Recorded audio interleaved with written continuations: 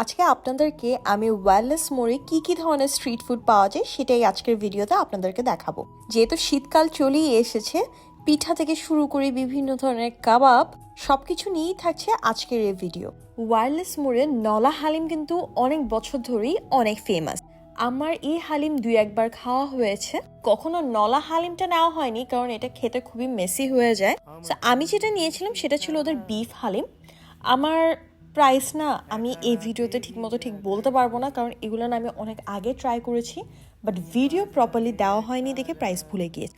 4-5 টুকরার মতো গরুর মাংস দেওয়া থাকবে, উপরে অনেক ধরনের মশলা দেয়, সালাদ দেয়, আর এক ধরনের একটা টক দেয় ওনারা, যেই কারণে হালিমটা না অনেক বেশি ফ্লেভারফুল লাগে। আর গরম গরম খেতে আমার কাছে ভালোই লেগেছে। জাস্ট বিফের যে টুকরোগুলো ছিল না, ওইটা একটু সলিড দিলে ভালো হতো, কারণ আমার মুখে দুইটাই চর্বিই পড়ছিল। হালিম শেষ করে ঠিক অপোজিটে তাকিয়ে দেখি একটা দোকান আছে যেখানে একদম গরম গরম নিহারি সার্ভ করছিল।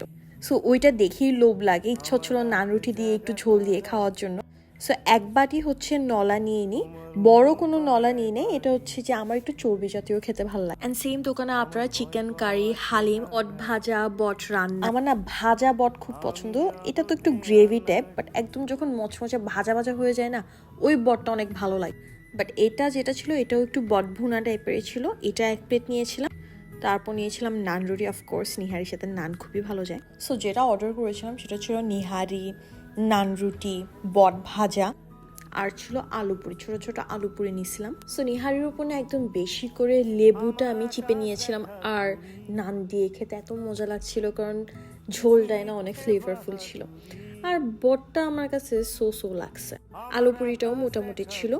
বের হয়ে আপনারা দেখবেন এখানে পিঠার একটা দোকান, আর শীতের সময় ভাপা পিঠা এবং চিতই পিঠাটাই বেশি ফেমাস। সো ইউজুয়ালি কি হয়, শুধুমাত্র নর্মালি চিতই পিঠাটা থাকে, রাইট?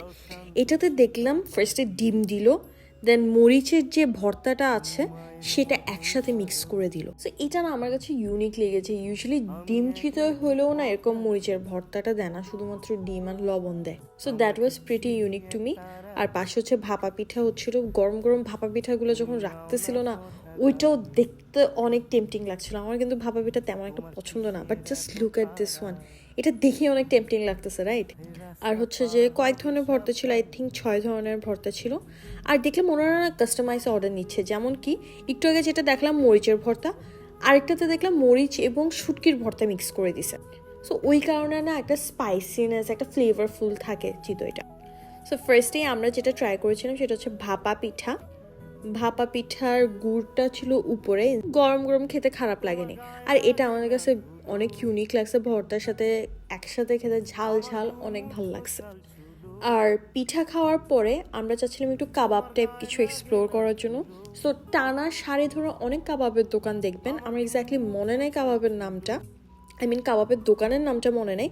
প্রায় সেম জায়গায় না সেম জিনিসপত্রই, এরকম বটি কাবাব, মাছের কাবাব, তান্দুরি, তারপর বট। সো সব জায়গায় সেম টাইপেরই আইটেম। সো এটা বোঝা টাফ যে কোনটাতে বেশি মজা। সো গরম গরম একদম লুচি ভেজে দেওয়া ছিল, গরম গরম বারবিকিউ হচ্ছিল এখানে।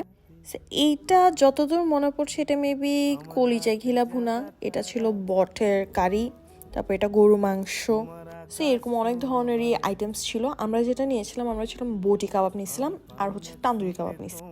তান্দুরি কাবাবের উপরে লেয়ারটা যেরকম পোড়া ছিল, ভাবতেছিলাম যে অনেক হার্ড হবে খেতে, বাট সারপ্রাইজিংলি আমার বটি কাবাবটা তো অনেক ভালো লাগছে। যখন লেবুটা চিপে দিয়েছি, লেবুর কারণে ফ্লেভারটাও এনহ্যান্স করছে। আর চিকেনটা না আপনারা দেখতে পাচ্ছেন সফট ছিল, যেরকম হার্ড চিন্তা করছে ওরকম হার্ড ছিল। So that's all for today. Thank you so much for watching.